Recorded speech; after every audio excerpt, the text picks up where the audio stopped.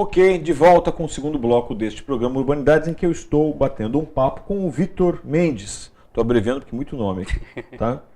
E no primeiro bloco a gente conversou um pouco sobre quem ele é, quais os caminhos que ele acabou trilhando para se decidir a fazer um livro. Você me disse que havia feito um livro quando era mais jovem, mas aquilo foi quase que uma brincadeira, imagino eu, certo? Né? Quando você se acha, entre aspas, mais sério como escritor, você resolve que vai fazer o pentagrama. Isso. Neste bloco, nesses 9 minutos que eu tenho, eu quero tentar traçar esse processo todo. Porque esse processo eu consigo saber muitas pessoas que se identificam. Como foi? Como é que saiu o pentagrama? Ele saiu de uma vez só? Você falou que escreve compulsivamente, eu entendi. Que você sabia que ia ter começo, meio e fim, também já entendi. Mas não tinha um test reader aí? Não tinha alguém que avaliava isso? Teve no começo só. E é uma história que eu amo contar porque eu acho que é diferente. Eu nunca vi um livro ter acontecido dessa forma. Ele começou como uma brincadeira, igual o primeiro. Porque eu e uma amiga na escola, no 7º ano, a gente amava escrever. Então ela escrevia a história dela, eu escrevia a minha, a gente trocava. Então um lia os capítulos do outro por dia. E, bom, com o tempo a gente perdeu o contato e tal, só que eu continuei escrevendo e aí virou o pentagrama. Então ela foi minha única leitora teste mesmo. Tá. Depois disso ninguém mais teve contato. Mas ela fazia críticas? Fazia. E você as acatava? Com certeza. Na verdade, inclusive na dedicatória eu comento isso, uma personagem do livro é ela, é baseada nela. Muito e legal. inclusive uma das falas da personagem foi uma situação real que aconteceu entre nós. E eu usei aquela fala. Tá, vamos falar dessa coisa do real e ficção. Você cria... Bom, é uma ficção, claro, Sim. né? Mas ela esbarra na realidade em situações ou não? Esbarra. O Suas? tempo todo. Minhas, de colegas, verdades sociais que a gente vê o tempo todo. Questão de drogas, de gravidez não planejada na adolescência. O estresse na escola, aquela questão de provas, de professores exigentes e tal, todo esse métier adolescente. Você sabia quando começou a escrever como é que isso ia acabar? A história, quer dizer? Sabia. Tá. Isso é bom. Quer dizer, porque você sabia para onde rumar, não é isso? Isso. Tá. Que tamanho tem esse livro?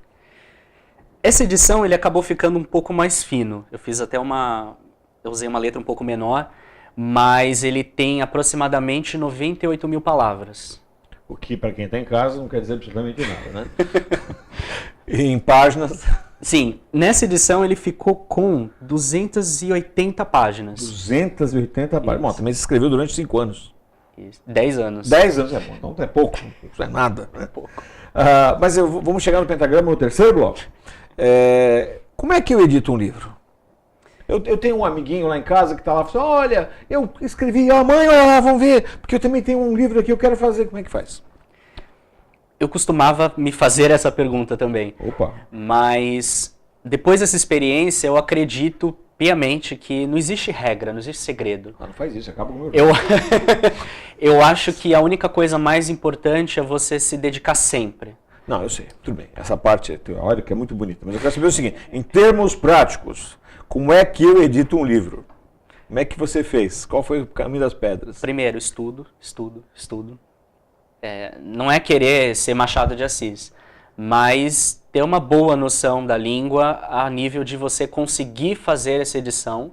Se você não tem, tentar encontrar algum colega, ou do curso de letras, ou tradução, ou alguém que tenha alguma matéria de gramática, de estilística, para poder dar uma polida no texto, porque não é simplesmente escrever. Você escreve, pode ser muito bom, mas todo texto precisa passar por uma fase de revisão, onde você vai trabalhar um pouco mais, alterar uma coisa aqui, outra coisa ali. Às vezes um próprio erro de continuidade na história que o autor não percebe. E esse é o mais difícil do processo, eu acho.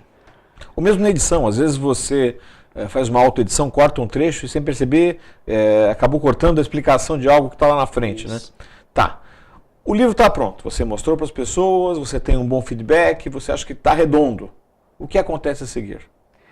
Aí você tem que pesar. Qual que é o seu objetivo com essa obra, com esse trabalho? Se é simplesmente se divulgar, ficar conhecido, ou se você quer ter algum tipo de lucro.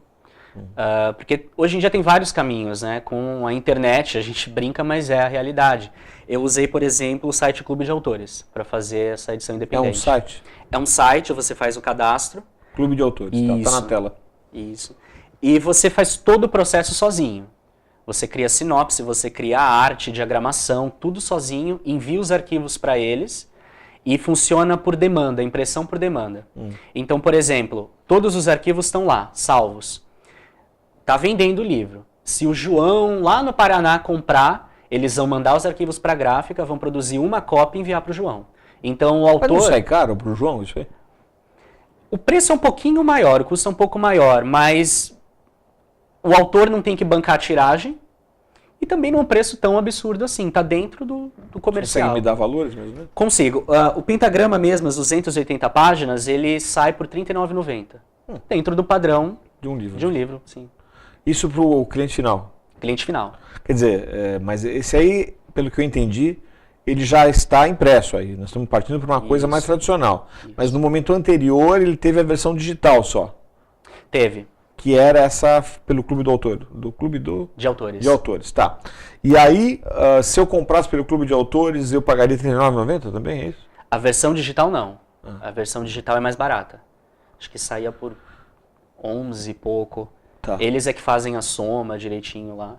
E como é que você controla essa edição digital? Ela pode ser repassada para todo mundo? Pode cair? Sim, é um risco.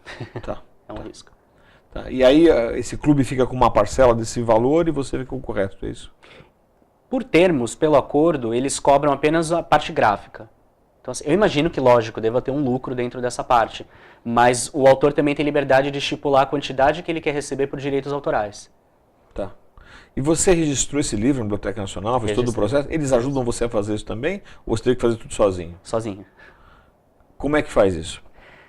É um pouquinho trabalhoso, mas é rápido, não é nada demais. Você tem que imprimir todo o livro, encadernar, passar espiral. Tem que acessar o site da Biblioteca Nacional, imprimir os formulários. Também está na tela. Preenchê-los. Talvez seja interessante entrar em contato com alguém que você conheça, porque algumas categorias são um pouco complicadas de preencher. Você pode ficar meio em dúvida. Mas depois... Peraí. Se eu nem sei como fazer isso, como é que eu vou achar alguém que saiba, se eu soubesse? Não.